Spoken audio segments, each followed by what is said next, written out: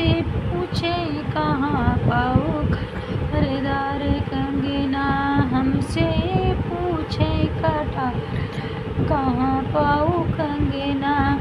अपने अटरिया से जेठ मोरे पूछे, अपने अटरिया से जेठ मोरे पूछे कहाँ पाओ छोटी कटारदार कंगना, कहाँ पाओ छोटी कटारदार कंगना।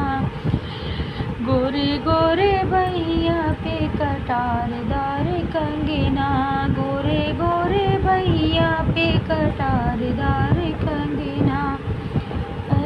देवर अपने अटरिया से देवर मोरे पूछे, अपने अटरिया से देवर मोरे पूछे, अरे कहाँ पाऊँ भाभी कटार